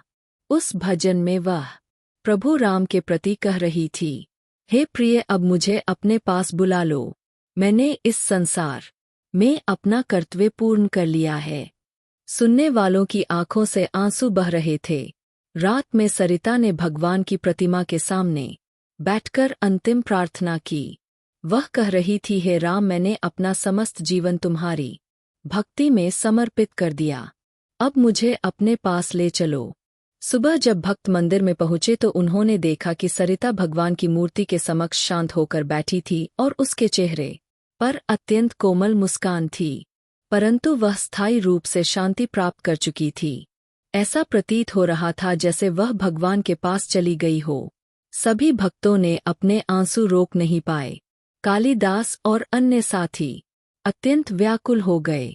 लेकिन अद्भुत बात यह थी कि सरिता के मुख पर ऐसी शांति और आनंद का प्रकाश था जैसे उसे कोई दिव्य खुशखबरी प्राप्त हुई हो। बेली होगी। मित्रों, जीवन कई बार अचानक तुझसे वही सब छीन लेता है जिसे तू सबसे अधिक अपना मानता था, और उसी क्षण तू बिखर जाता है, आंसू बहाता है और शिकायतों में डूब जाता है। लेकिन कुछ समय बीतने के बाद जब तू पीछे लौटकर देखता है तो समझ पाता है कि वह वस्तु या वह रिश्ता तेरे हित में नहीं था। कृष्ण कहते हैं, मैं जो तुझसे दूर करता हूँ वह तुझे हानि से बचाने के लिए करता हूँ। जब मनुष्य अपनी चाहतों के पीछे दौड़ता है तो वह केवल वर्तमान को देख पाता है, जबकि मैं आने वाले कल को देखता हूँ, जिसे तू अपने जीवन की आवश्यकता मान लेता है। वही कई बार तेरी उन्नति की सबसे बड़ी बाधा बन जाती है। इसलिए जब कोई चीज तुझसे अलग हो जाए तो यह मत सोच कि भगवान ने तुझसे छीन लिया, बल्कि यह समझ कि शायद भगवान ने तुझे बचा लिया। कभी कभी तू स्वप्न में कुछ विचित्र दृश्य देखता है, जैसे कोई पुराना मित्र, कोई स्थान या कोई उजली रोशनी जो बिना कारण दिखाई देती है। यह सब ईश्वर के सूक्ष्म संदेश होते हैं। कृष्ण कई बार सपनों के माध्यम से मनुष्य से संवाद करते हैं। जब कोई अध्याय समाप्त होने वाला होता है या कोई नया मार्ग खुलने वाला होता है, तब तेरे स्वप्नों का स्वरूप बदलने लगता है। कभी तू देखता है कि जल निर्मल होकर बह रहा है, जो इस बात का संकेत है कि मन का भ्रम दूर हो रहा है। कभी अंधकार हटता हुआ दिखता है, जिसका अर्थ है कि कोई नया अवसर समीप है। कभी कोई तुझे कुछ सौंपता हुआ दिखता है, जिसका मतलब है कि भगवान किसी रूप में तुझे सहायता भेज रहे हैं। आवश्यकता केवल सजग होकर देखने की है। इसके बाद जीवन में एक अनोखी शांति उतरने लगती है। पहले तू हर बात पर प्रतिक्रिया देता था, अब केवल हल्की मुस्कान से काम चला लेता है। पहले हर व्यक्ति तुझे विचलित कर देता था, अब तू मौन में रहकर सब देख लेता। यही सबसे बड़ा संकेत है कि तू अब ईश्वरीय ऊर्जा से जुड़ चुका है। कृष्ण कहते हैं, जब तू प्रतिक्रिया देना छोड़ देता है, तभी मैं तेरे भीतर कार्य आरंभ करता हूँ, क्योंकि मौन में ही सुनने की शक्ति जन्म लेती है। शुभ समय तब आता है जब तू भीतर से स्थिर हो जाता है। फिर एक दिन तू अनुभव करता है कि तेरा दृष्टिकोण बदल गया है। वही परिस्थितियां जो पहले तूफान लगती थी अब छोटी प्रतीत होती है। वही शब्द जो पहले पीड़ा देते थे अब मुस्कान में बदल जाते हैं। यही वह क्षण है जब भगवान तेरे भीतर प्रकाश भर देते हैं। तू समझने लगता है कि जो बीत गया वह आवश्यक था। हर पीड़ा ने तुझे कुछ सिखाया और हर क्षति ने तुझे नया स्वरूप दिया। कृष्ण कहते हैं, जब तू मुझे हर हाल में देखना सीख लेता है, तब मैं तुझे हर हाल में संभाल लेता हूँ। जब अच्छा समय समीप होता है तो जीवन अचानक सरल लगने लगता है। चीजें स्वयं सही दिशा में बढ़ने लगती है। जो लोग कभी दूर थे वे स्वयं संपर्क करने लगते हैं। जो अवसर बंद हो चुके थे वे दोबारा खुल जाते हैं, और तब तू जान लेता है कि भगवान ने स्वीकृति दे दी है। वह द्वार जिसे तू बार बार खटखटाता रहा और जो नहीं खुला वह अब अपने आप खुल जाता है, क्योंकि अब तू तैयार हो चुका है। भगवान कभी समय से पहले कुछ नहीं देते, वे सदा उचित समय पर ही देते हैं। याद रख, हर गिरावट, हर बाधा और हर ठहराव एक दिव्य योजना का हिस्सा है। भगवान कभी भूलते नहीं, वे केवल समय निर्धारित करते हैं। और जब तू पूर्ण विश्वास में जीना सीख लेता है, तब तुझे अनुभव होता है कि अब कुछ भी असंभव नहीं रहा, क्योंकि अब तू अकेला नहीं है। अब तू और कृष्ण एक साथ है। तू वही देखता है जो वे दिखाना चाहते हैं, और वही करता है जो वे कराना चाहते हैं। यही सर्वोच्च अवस्था है, जब तू अपनी इच्छा छोड़कर ईश्वर की इच्छा में बहने लगता है। अब तेरे भीतर एक नई ऊर्जा का संचार होता है। तू जो भी करता है उसमें शांति अनुभव करता है।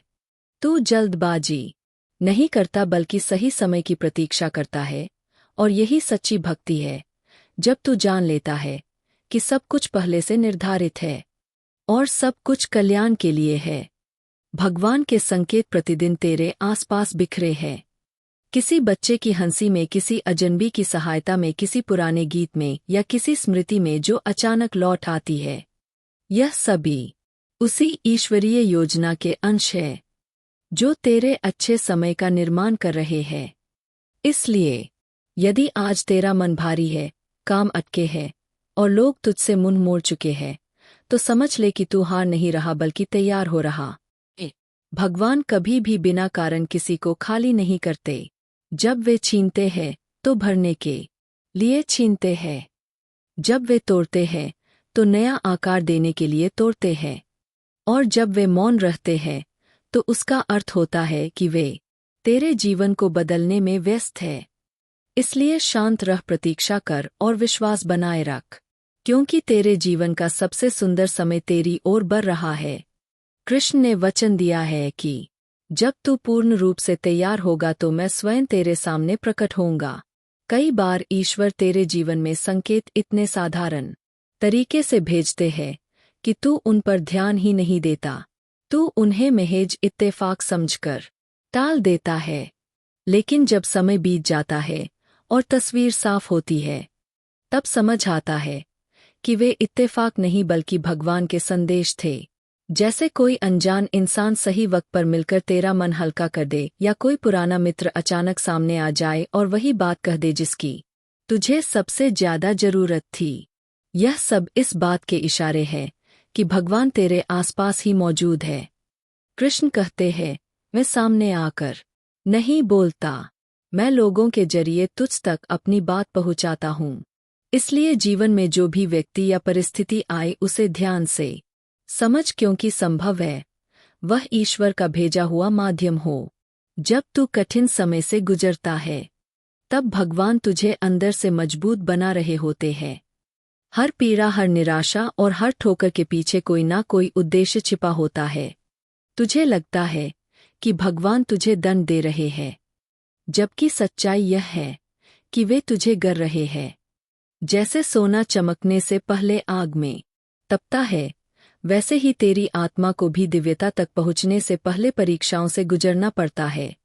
कृष्ण कहते हैं, मैं तुझे आग में इसलिए नहीं डालता कि तू जल जाए, बल्कि इसीलिए कि तू निखर जाए।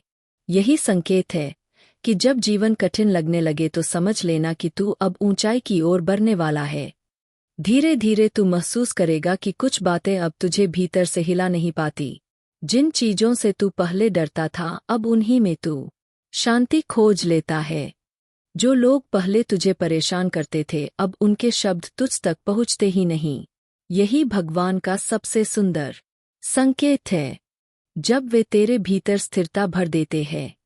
क्योंकि जब भीतर शांति होती है, तभी बाहर का जीवन भी संतुलन में आने लगता है। तू समझने लगता है कि हर घटना के पीछे कोई कारण है और हर मुलाकात का कोई अर्थ है। फिर तू देखता है कि भगवान तुझे ऐसी स्थितियों में ले आते हैं जहां तुझे खुद के भीतर झांकना पड़ता है। तू बाहर सहारा ढूंढता है, लेकिन कोई नहीं मिलता। तू पुकारता है, रोता है, पर उत्तर नहीं आता। तब मजबूरी में तू खुद से संवाद करना शुरू करता है, और वहीं से तेरा असली सफर शुरू होता है। क्योंकि कृष्ण कहते हैं, जब सब तुझे छोड़ देते हैं, तब मैं तुझसे मिलने आता हूँ। जब तू खुद से जुड़ता है, तभी तू मुझसे भी जुड़ता है। इस सन्नाटे में जो आवाज तू सुनता है, वही तेरी आत्मा है और वही मैं हूँ। धीरे धीरे तेरे भीतर एक उजाला जलने लगता है। तू महसूस करता है कि अब ना तुझे किसी से शिकायत है और ना किसी से अपेक्षा। अब तू बस भगवान की इच्छा के प्रवाह में बह रहा है। यही वह अवस्था है जहां से अच्छे समय की शुरुआत होती है। क्योंकि जब तू नियंत्रण छोड़ देता है, तब भगवान स्वयं नियंत्रण संभाल लेते हैं। और जब वे संभालते हैं, तो सब कुछ अपने आप सही दिशा में चलने लगता है। जो लोग कभी तुझसे दूर हो गए थे अब तुझे समझने लगते हैं। जो रास्ते बंद दिखते थे वे खुलने लगते हैं। और जिन सपनों को तूने छोड़ दिया था वे फिर से तुझे बुलाने लगते हैं। कृष्ण कहते हैं, मेरे समय पर भरोसा रख क्योंकि मैं देर जरूर करता हूँ लेकिन देता हमेशा सर्वोत्तम हूँ। जब तू यह स्वीकार कर लेता है कि सब कुछ भगवान की व्यवस्था से हो रहा है तब तेरा मन हल्का हो जाता है। अब तू किसी से तुलना नहीं करता और ना ही किसी से जलन रखता है, क्योंकि तू जानता है कि तेरा समय भी आएगा और जब आएगा तो सब कुछ एक साथ बदल जाएगा। जैसे अंधेरी रात के बाद अचानक सूरज चमक उठता है। एक दिन तू देखेगा कि जो बातें पहले कठिन लगती थी अब सहज हो गई है, और जो रास्ते पहले धुंधले थे अब साफ नजर आने लगे हैं। यही ईश्वर की कार्य प्रणाली है। वे बिना शोर किए धीरे धीरे सब कुछ बदल देते हैं। जब अच्छा समय पास होता है तो भगवान तुझे स्वयं से भी आगे बढ़ने की ओर ले जाते हैं। तू खुद को समझने लगता है और अपने जीवन के अर्थ को पहचानने लगता है। अब तेरे फैसले भय से नहीं बल्कि विश्वास से होते हैं। अब तू यह नहीं पूछता कि क्यों, बल्कि यह पूछता है कि मुझे क्या सीखना है, और यही संकेत है कि अब तू उस आशीर्वाद के लिए तैयार है जो तेरे नाम पहले से लिखा जा चुका है।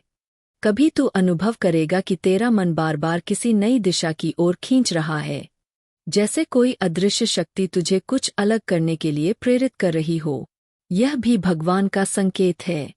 कृष्ण कहते हैं, जब मैं चाहता हूँ कि तू नया मार्ग चुने तो मैं तेरे भीतर बेचैनी उत्पन्न करता हूँ। इसलिए जब मन परिवर्तन की ओर खींचे तो भय मत कर बल्कि उस दिशा में कदम बढ़ा, क्योंकि संभव है वही रास्ता तुझे तेरी मंजिल तक पहुँचाए।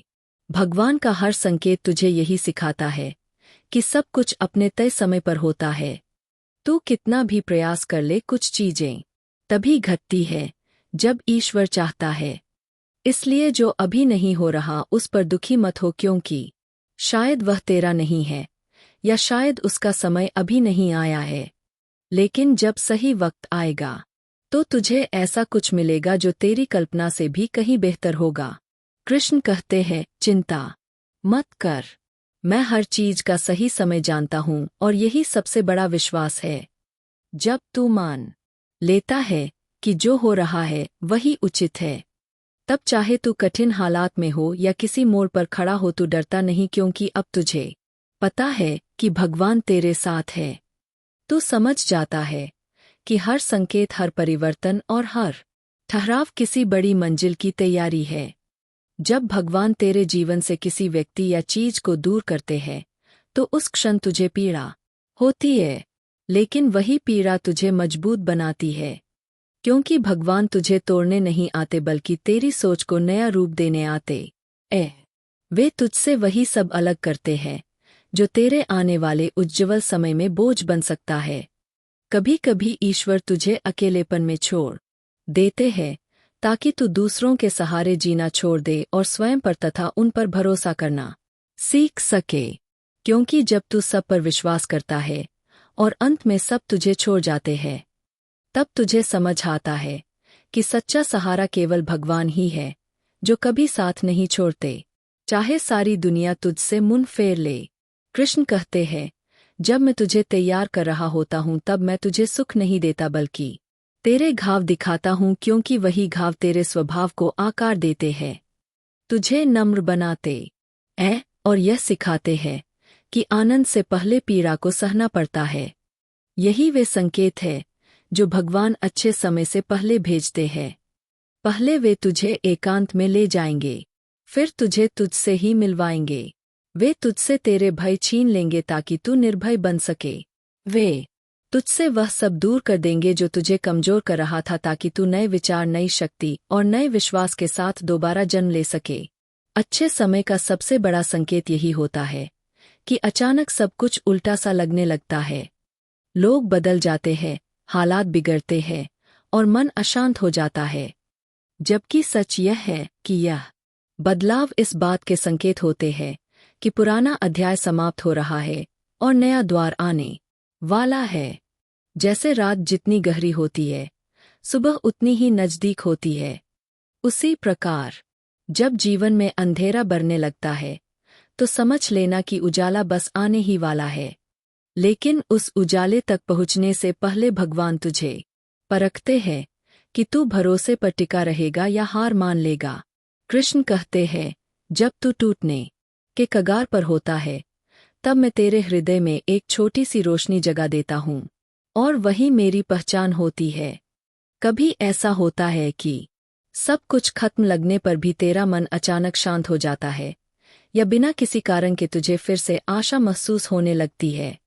वह कोई संयोग नहीं बल्कि ईश्वर का संकेत होता है जो कहता है कि डर मत, तू अकेला नहीं है, मैं तेरे साथ हूँ। यही वह क्षण होता है जब अच्छे समय के द्वार खुलने लगते हैं। लेकिन अधिकांश लोग उस द्वार तक पहुँचने से पहले ही लौट जाते हैं। इसलिए जब तेरे जीवन में अचानक तूफान आए तो घबराना नहीं, क्योंकि कोई भी तूफान बिना उद्देश्य नहीं आता। हर तूफान कुछ ना कुछ साफ कर जाता है। वह तेरी जिंदगी से नकली लोगों को हटाता है, झूठे सहारों को मिटाता है और तुझे सच्चाई के करीब ले आता है। भगवान तेरे मार्ग से कांटे इसलिए नहीं हटाते कि तू उनसे बचे, बल्कि इसलिए कि तू उन पर चलना सीखे। तेरी मंजिल से पहले वे तेरे कदमों को मजबूत करते हैं और तेरे मन को स्थिर। यही अच्छे समय की सच्ची शुरुआत होती है। जब तेरे जीवन में लगातार कठिनाइयां आने लगे तब शिकायत मत करना, क्योंकि वही कठिनाइयां तेरा भविष्य लिख रही होती है। तुझे लगता है सब कुछ गलत हो रहा है, लेकिन भगवान मुस्कुरा रहे होते हैं, क्योंकि उन्हें पता होता है कि तू अपने अच्छे समय से बस एक मोड़ दूर है। वे कहते हैं, मत रुक, मत घबरा, क्योंकि जो टूट रहा है वह तेरे कल्याण के लिए ही टूट रहा है। भगवान जब सिखाना चाहते हैं तो परिस्थितियां भेजते हैं, जब बदलना चाहते हैं तो तूफान लाते हैं, और जब आशीर्वाद देना चाहते हैं तो तुझसे सब कुछ छीन लेते हैं ताकि तू खाली हो सके और वे उसमें अपना वरदान भर सके। और याद रख, ईश्वर के संकेत शब्दों में नहीं, अनुभवों में आते हैं। अचानक किसी का चले जाना, किसी काम का रुक जाना या किसी रिश्ते का बदल जाना, यह सब संकेत है। इसे दुर्भाग्य मत समझ, क्योंकि यही तेरे आने वाले सौभाग्य का रास्ता है। जो लोग तुझसे दूर जा रहे हैं शायद वे तेरे अगले अध्याय का हिस्सा नहीं। जो अवसर बंद हो रहे हैं शायद नए द्वार खुलने वाले हैं। इसलिए ना रो, ना शिकायत कर, क्योंकि हर गिरावट और हर टूटन में भगवान का एक संदेश छिपा होता है कि मैं कुछ नया रचने जा रहा हूँ। तैयार हो जा, और जिस दिन तू यह समझ लेता है उस दिन तेरा डर समाप्त हो जाता है। फिर तू रोता नहीं बल्कि मुस्कुरा कर कहता है कि हे प्रभु, जैसा भी कर रहे हो मेरे लिए अच्छा ही कर रहे हो। और वही क्षण अच्छे समय की शुरुआत बन जाता है, क्योंकि अब तेरे भीतर विश्वास जन्म ले चुका होता है। भगवान को तेरी प्रार्थनाओं से ज्यादा तेरे भरोसे की आवश्यकता होती है। जब तू सच्चे मन से कह देता है कि अब सब आपकी इच्छा, तब जीवन की पूरी चाल बदल जाती है। और जब तू स्वयं को भगवान के समर्पण में दे देता है तब जीवन की हर बाधा तेरे पक्ष में काम करने लगती है। जो मार्ग तुझे बंद दिखाई दे रहे थे वे अचानक खुलने लगते हैं, और जो लोग कभी तेरे विरुद्ध खड़े थे वही तेरे लिए नए अवसर का कारण बन जाते हैं। क्योंकि जिस दिन तू अपने जीवन की बागडोर भगवान के हाथों में सौंप देता है, उस दिन से तू नहीं बल्कि वही तेरी दिशा तय करने लगते हैं। कृष्ण कहते हैं, जब तू मुझे छोड़ देता है तब मैं तुझे समझाता हूँ कि मेरे बिना कुछ भी संभव नहीं, और जब तू मुझे समर्पित कर देता है तब मैं तुझे दिखाता हूँ कि मेरे साथ कुछ भी असंभव नहीं। यही अच्छे समय के आगमन का रहस्य है। देख, जब तू चिंता में डूबा रहता है तब तू संकेतों को पहचान नहीं पाता, क्योंकि तुझे केवल समस्याएं दिखती है, समाधान नहीं। लेकिन जब तू शांति में होता है और यह विश्वास करता है कि भगवान कुछ बेहतर करने वाले हैं, तब तेरी आत्मा उन संकेतों को महसूस करने लगती है। तब तू समझता है कि जो लोग तुझसे दूर हो रहे हैं वे असल में तेरे मार्ग की बाधा थे और जो कार्य रुक गए थे वे इसलिए थमे ताकि कुछ श्रेष्ठ प्रारंभ हो सके। भगवान कभी भी बिना कारण कुछ नहीं करते। हर घटना के पीछे एक दिव्य उद्देश्य होता है।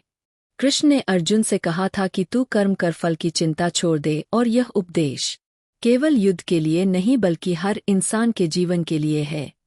क्योंकि जब तू परिणाम में उलझ जाता है तब तू वर्तमान से कट जाता है, और जब तू वर्तमान में जीता है तब तू भगवान के समय से जुड़ जाता है। ईश्वर के समय में देरी नहीं होती, केवल तैयारी होती है। जो आज तुझे बाधा लग रही है वही कल तेरा आशीर्वाद बनेगी, पर उसे पहचानने के लिए धैर्य आवश्यक है।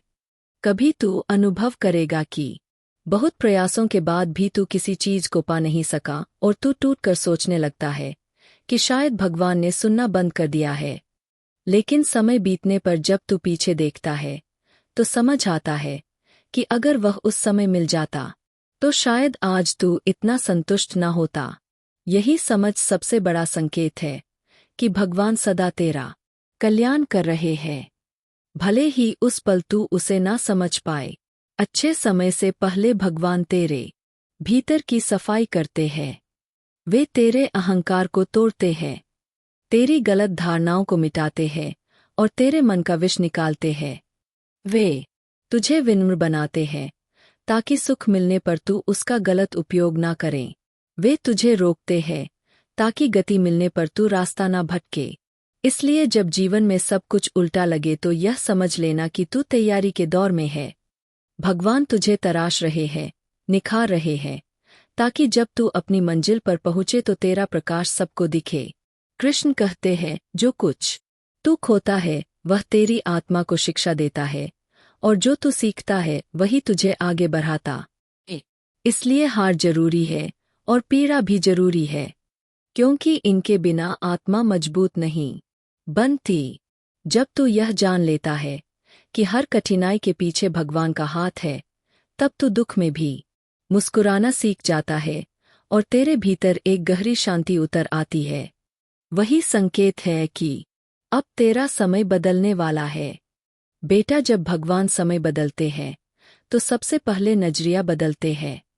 वही परिस्थितियां फिर सामने आती है, लेकिन अब तू उन्हें दर्द नहीं अवसर की दृष्टि से देखता है। तू वही व्यक्ति रहता है, पर तेरी सोच बदल जाती है, और वही सोच समय को बदल देती है। जो इंसान कठिनाइयों में भी धन्यवाद करना सीख ले, भगवान उसे कभी खाली हाथ नहीं छोड़ते। इसलिए अगली बार जब कुछ छूट जाए, कोई चला जाए, कोई रिश्ता टूट जाए या कोई रास्ता बंद हो जाए तो भय मत करना। बस खुद से कहना कि शायद भगवान कुछ बड़ा करने वाले हैं, और देखना धीरे धीरे सब अपने आप ठीक होने लगेगा। क्योंकि भगवान कभी तुझे अधर में नहीं छोड़ते। जब वे कुछ छीनते हैं तो देने की योजना में होते हैं, और जब वे देर करते हैं तो और बेहतर देने की तैयारी में होते हैं। हर जीवन में एक ऐसा दौर आता है जब सब कुछ थम जाता है, ना काम बनते हैं, ना लोग साथ देते हैं। वही समय असली परीक्षा का होता है, क्योंकि वही अच्छे समय की नींव रखता है। यदि तू उस समय डटा रहा, यदि तू रोने की जगह प्रार्थना करता रहा और शिकायत की जगह विश्वास बनाए रखा, तो भगवान तुझे इतनी ऊंचाई तक ले जाते हैं जिसकी तूने कल्पना भी नहीं की होती। याद रख, अच्छा समय तब आता है जब तू हार नहीं मानता, जब तू जीवन में गहरा अकेलापन महसूस करता है। वही सबसे बड़ा संकेत होता है कि भगवान कुछ विशेष करने वाले हैं। लोग चले जाते हैं, रिश्ते टूटते हैं, अवसर बंद हो जाते हैं, और तुझे लगता है कि सब समाप्त हो गया। लेकिन वही भगवान की तैयारी का सबसे मजबूत चरण होता है। कृष्ण कहते हैं, जब तू अकेला होता है तभी मैं तुझसे मिलता हूँ, और इसी एकांत में तू खुद से मिलना सीखता है, अपने डर, अपनी कमजोरियों और अपनी असली शक्ति से। तब तू समझ पाता है कि वास्तविक शक्ति दूसरों की भीड़ में नहीं बल्कि अकेलेपन में छिपी होती है। और फिर धीरे धीरे तू अनुभव करता है कि तेरी सोच बदल चुकी है। पहले जरा जरा सी बात पर तुझे क्रोध आ जाता था और मन फौरन चिंता से भर जाता था, मगर अब तू भीतर से शांत रहने लगा है। जो बातें कभी तुझे बेचैन करती थी अब उन पर तू मुस्कुराकर बिना रुके आगे बढ़ जाता है। यही सबसे गहरा संकेत है। जब भगवान तेरे भीतर स्थिरता भर देते हैं तभी तुझे अच्छे समय की तैयारी का आभास होने लगता है। तू यह जान लेता है कि अब कोई भी तूफान तुझे डिगा नहीं सकता, क्योंकि तूने अपने मन की डोर भगवान के भरोसे सौंप दी है। अच्छे समय का एक और चिन्ह यह है कि अचानक जीवन सरल लगने लगता है। जो कार्य पहले कठिन दिखाई देते थे वे अब सहज होने लगते हैं, और जो मार्ग पहले उलझे हुए लगते थे वे अब साफ दिखने लगते हैं। यह इस बात का संकेत है कि भगवान तेरे रास्ते को स्पष्ट कर रहे हैं। कृष्ण कहते हैं, जब तू मेरी योजना पर विश्वास करना सीख लेता है तब मैं तेरे लिए बंद दरवाजे खोल देता हूँ। अब तुझे किसी बात का भय नहीं रहता, क्योंकि सब कुछ ईश्वर के हाथों में होता है। कभी तू देखेगा कि जो लोग पहले तुझे समझ नहीं पाते थे वही अब तेरे सहायक बन जाते हैं। जो लोग नकारात्मकता फैलाते थे वही प्रेरणा देने लगते हैं।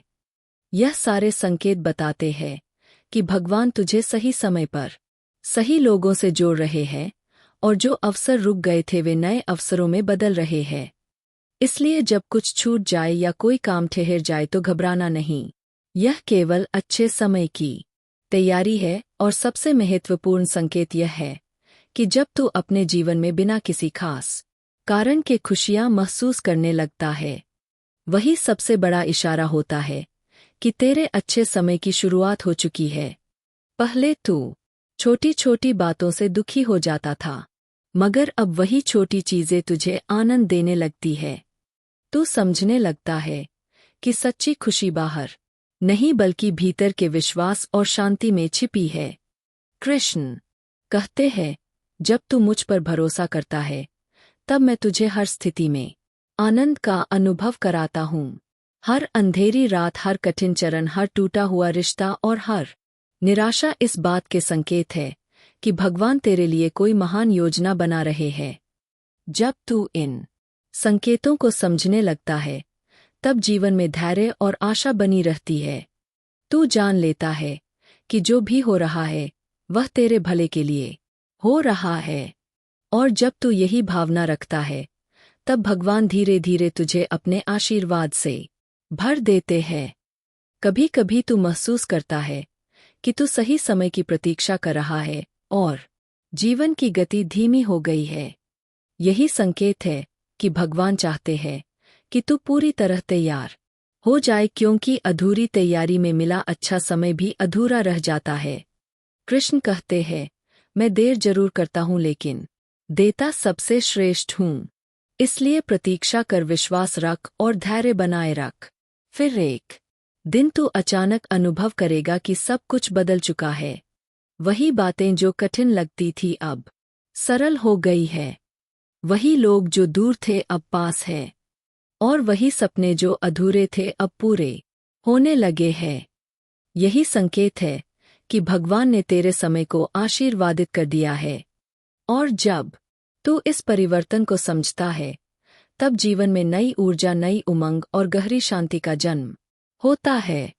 अब तू जान चुका है कि अच्छे समय का अर्थ केवल सफलता नहीं बल्कि भगवान के संकेतों को समझना और उन पर विश्वास करना है।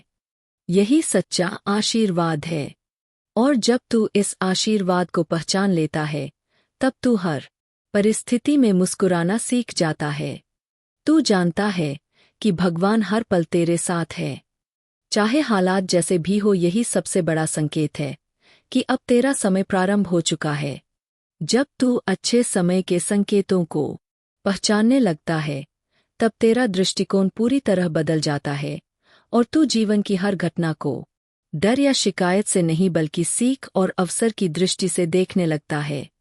तू समझ जाता है कि जो चला गया वह केवल स्थान बना रहा है, और जो आया है वह तेरे विकास के लिए आया है। कृष्ण कहते हैं, जब तू मुझसे जुड़ जाता तब मैं तुझे यह अनुभूति कराता हूँ कि हर अनुभव, हर घटना और हर मिलने वाला व्यक्ति तेरे हित के लिए ही है। अब तू जीवन के प्रत्येक मोड़ पर शांति का अनुभव करता है। जहां पहले तू घबरा जाता था, अब वहीं तू संयम और विश्वास के साथ स्थिर खड़ा रहता है। जहां पहले निराशा छा जाती थी, अब वहीं तू आशा का बीज बो देता है। यही इस बात का संकेत है कि भगवान ने तुझे तेरे अच्छे समय के लिए तैयार कर लिया है। अब तू समझ पाता है कि कठिन दौर, अकेलापन और लंबा इंतजार केवल तेरे व्यक्तित्व को सशक्त बनाने के लिए थे।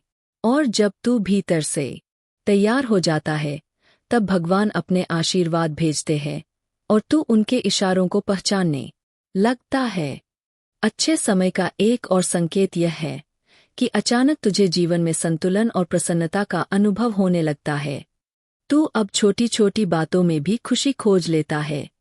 तू समझने लगता है कि आनंद किसी हालात या व्यक्ति पर निर्भर नहीं होता, बल्कि विश्वास और आत्मिक शांति में बसता है। कृष्ण कहते हैं, जब तू मुझ पर भरोसा करता है, तब मैं तुझे हर परिस्थिति में सुख का अनुभव कराना शुरू कर देता हूँ। फिर तू देखता है कि पुराने भय और असुरक्षाएं धीरे धीरे समाप्त होने लगती है। जो लोग पहले तुझे विचलित करते थे, अब उनकी बातें तुझ तक असर नहीं डालती। जो घटनाएं पहले तुझे डरा देती थी, अब वही घटनाएं तुझे सीख देने लगती है। यही ईश्वर का संकेत है। जब तू अंदर से मजबूत हो जाता है, तब बाहर की दुनिया स्वयं संतुलित हो जाती है। कभी कभी तू महसूस करेगा कि जीवन अचानक सरल लगने लगा है। काम सहजता से पूरे होने लगते हैं। लोग स्वयं सहायता के लिए आगे आने लगते हैं और अवसर अपने आप सामने आने लगते हैं। यही वह क्षण होता है जब तू समझता है कि भगवान ने अब तेरा समय बदल दिया है। कृष्ण कहते हैं, मैं विलंब करता हूँ, लेकिन जब देता हूँ तब सर्वोत्तम देता हूँ, और जब मैं तुझे देता हूँ तब तेरा विश्वास और धैर्य ही तुझे संभाल कर रखते हैं। स्मरण रख, भगवान के संकेत हर समय मौजूद रहते हैं। कभी स्वप्नों में, कभी अंतरात्मा की आवाज में, कभी अचानक लोगों या घटनाओं के माध्यम से। तू जब शांति और विश्वास की अवस्था में रहता है, तभी तू इन संकेतों को पहचान पाता है। और यही सबसे बड़ा उपहार है, यह जान पाना कि भगवान हर पल तेरे साथ है, चाहे परिस्थितियां कैसी भी हो। इसलिए जब अगली बार जीवन में कठिन समय आए, जब कुछ छूट जाए, जब कोई मार्ग बंद दिखाई दे, तब भयभीत मत होना। बस अपने भीतर शांति बनाए रखना और विश्वास रखना कि अच्छा समय अवश्य आने वाला है, क्योंकि भगवान हर कदम पर तेरे साथ चलते हैं। वे छीनते हैं, वे रोकते हैं, वे प्रतीक्षा कराते हैं। यह सब इसलिए ताकि जब सही समय आए तो तेरा जीवन पूरी तरह परिवर्तित हो जाए। और जब तू यह सब समझने लगता है, तब जीवन की हर घटना में तू भगवान की इच्छा देखने लगता है। तू जान जाता है कि जो कुछ भी घटा वह तेरे हित में ही हुआ। तू समझ लेता है कि भगवान ने हमेशा तुझसे प्रेम किया है, चाहे परिस्थितियां कैसी भी रही हो। यही सबसे बड़ा संकेत है। जब तू स्वयं में और भगवान में पूर्ण विश्वास कर लेता है, तभी तेरे अच्छे समय की वास्तविक शुरुआत होती है।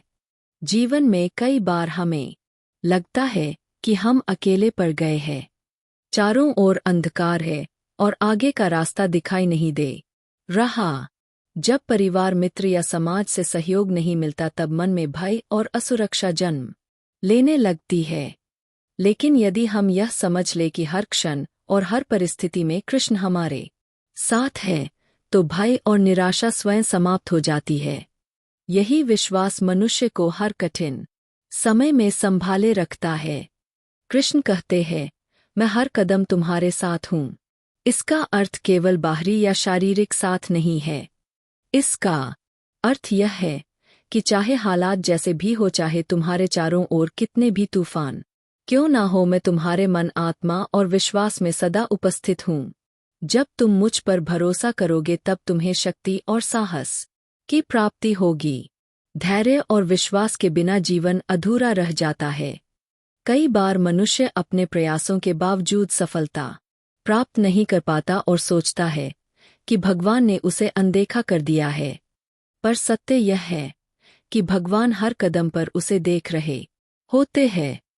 उनकी सहायता तब प्रकट होती है जब समय और परिस्थितियां दोनों अनुकूल होती इसी कारण कभी कभी सफलता देर से मिलती है, लेकिन वह निश्चित रूप से मिलती है।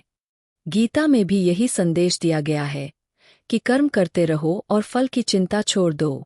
यह केवल कर्म और परिणाम के बीच संतुलन की शिक्षा नहीं है, बल्कि गहरे विश्वास की सीख है।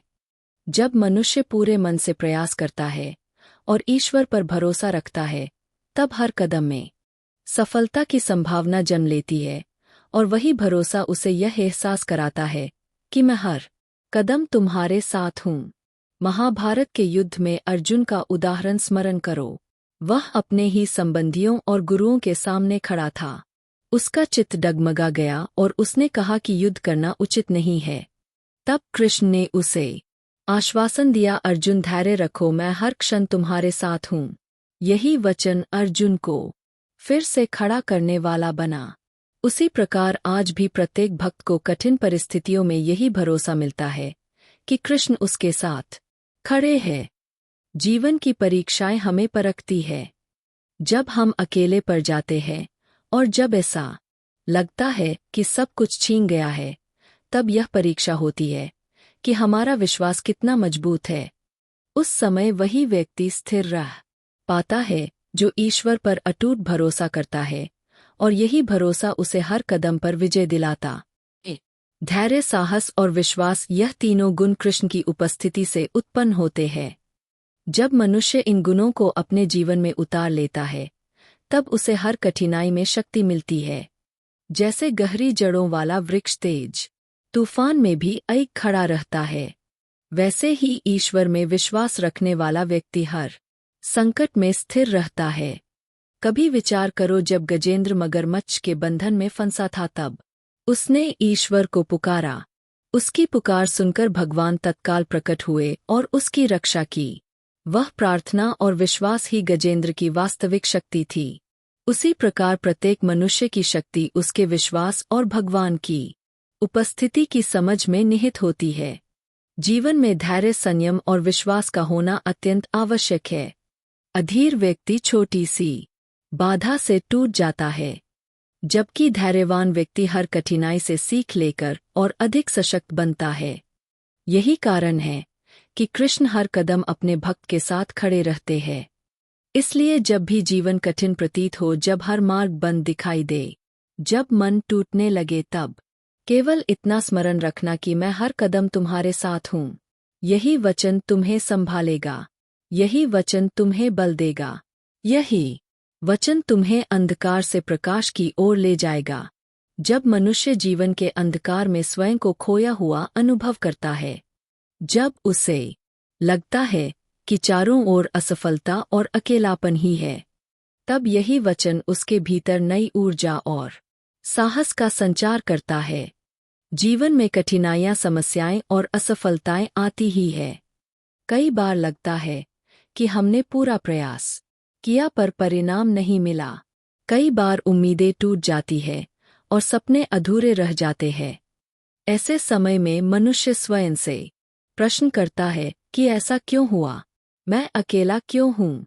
भगवान ने मेरी सहायता क्यों नहीं की? लेकिन सत्य यह है कि भगवान हर कदम हमारे साथ होते हैं। वे हमारे परिश्रम, हमारी प्रार्थना और हमारी निष्ठा को देख रहे होते हैं।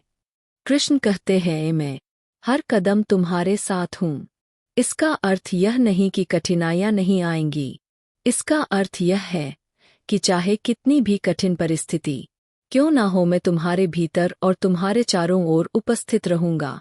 जब तुम मुझे स्मरण करोगे और जब तुम्हारे मन में मुझ पर विश्वास होगा, तब तुम्हारे भीतर असीम शक्ति और साहस जागृत होगा। धैर्य और विश्वास जीवन के सबसे महत्वपूर्ण आधार है। जब मनुष्य कठिन समय में होता है, तब यही आधार उसे गिरने से बचाते हैं। जैसे गहरी जड़ों वाला वृक्ष आंधी में भी अडिग रहता है, वैसे ही धैर्य और विश्वास रखने वाला व्यक्ति हर परिस्थिति में स्थिर रहता है। अधीर व्यक्ति छोटी सी कठिनाई से टूट जाता है, जबकि धैर्यवान व्यक्ति हर संकट को अवसर में बदल देता है। महाभारत में अर्जुन का उदाहरण फिर स्मरण करो। युद्ध भूमि में अपने ही परिवार और गुरु के सामने खड़े होकर उसने युद्ध से इनकार किया। तब कृष्ण ने उसे भरोसा दिलाया, अर्जुन मैं हर कदम तुम्हारे साथ हूँ। यही विश्वास उसे उठाने वाला बना। आज भी प्रत्येक भक्त को यही संदेश मिलता है कि परिस्थितियां चाहे जैसी हो, कृष्ण हर कदम उसके साथ है। कभी विचार करो, जब गजेंद्र मगरमच्छ के चंगुल में फंसा था और उसने पूर्ण श्रद्धा से भगवान को पुकारा, उसकी पुकार सुनकर भगवान तुरंत प्रकट हुए और उसकी रक्षा की। उसकी विजय उसकी आस्था और विश्वास का परिणाम थी। उसी प्रकार तुम्हारे जीवन की कठिन घड़ियों में भी कृष्ण तुम्हारे साथ है। उन्हें स्मरण करो, भरोसा बनाए रखो और धैर्य धारण करो, क्योंकि धैर्य का अर्थ केवल प्रतीक्षा करना नहीं है, बल्कि निरंतर कर्म करते रहना और फल की चिंता भगवान पर छोड़ देना ही सच्चा विश्वास है। कभी जीवन में ठोकर खाकर ऐसा लगता है कि मुश्किलें केवल तुम्हें तोड़ने के लिए आई है, पर वास्तविकता यह है कि वही कठिन हालात तुम्हें पहले से अधिक सशक्त बनाने के लिए आते हैं। जिस प्रकार लोहे को भट्टी की आग में तपाकर मजबूत अस्त्र का रूप दिया जाता है, उसी तरह मनुष्य को भी संघर्षों की आग में परखा जाता है। जो व्यक्ति धैर्य नहीं छोड़ता, वही आगे चलकर महान बनता है। धैर्य, आस्था और संयम, यह तीनों गुण जीवन में श्री कृष्ण की उपस्थिति का प्रमाण माने जाते हैं। जब इंसान इन गुणों को अपने भीतर उतार लेता है, तब वह हर विपत्ति से बाहर निकल सकता है और यही गुण उसे ईश्वर के और समीप ले जाते हैं। इसलिए जब भी जीवन भारी लगे, जब सभी रास्ते बंद प्रतीत हो, जब मन बिखरने लगे, तब केवल यह स्मरण रखना कि हर कदम तुम्हारे साथ हूँ। यही वचन तुम्हें थामेगा, यही वचन तुम्हें बल देगा, यही वचन तुम्हें अंधकार से उजाले की दिशा में ले जाएगा। जब मनुष्य अपने जीवन में अकेलापन महसूस करता है, जब परेशानियां चारों ओर गहरी छाया की तरह घेर लेती है, तब यही आश्वासन उसे संभालता है और यही भरोसा उसके भीतर नई ऊर्जा, साहस और आत्मबल भर देता है। जीवन में प्रत्येक व्यक्ति को संघर्षों का सामना करना पड़ता है। प्यारे दर्शक बंधु, आज की इस वीडियो में बस इतना ही। उम्मीद करते हैं कि इस वीडियो में आज आपको भागवत गीता की वाणी और कथा दोनों ही पसंद आई होगी। साथ ही अगर आप हमारे चैनल पर नए आए थे तो भक्ति आत्मा को सब्सक्राइब करके एक लाइक और कमेंट में जय श्री कृष्णा अवश्य लिखिएगा तथा घंटी के बटन को अवश्य दबाइएगा, जिससे मेरी वीडियो को नोटिफिकेशन सबसे पहले आप तक पहुंच सके। मिलते हैं नेक्स्ट वीडियो में एक और कथा के साथ। तब तक के लिए जय श्री कृष्णा, राधे राधे।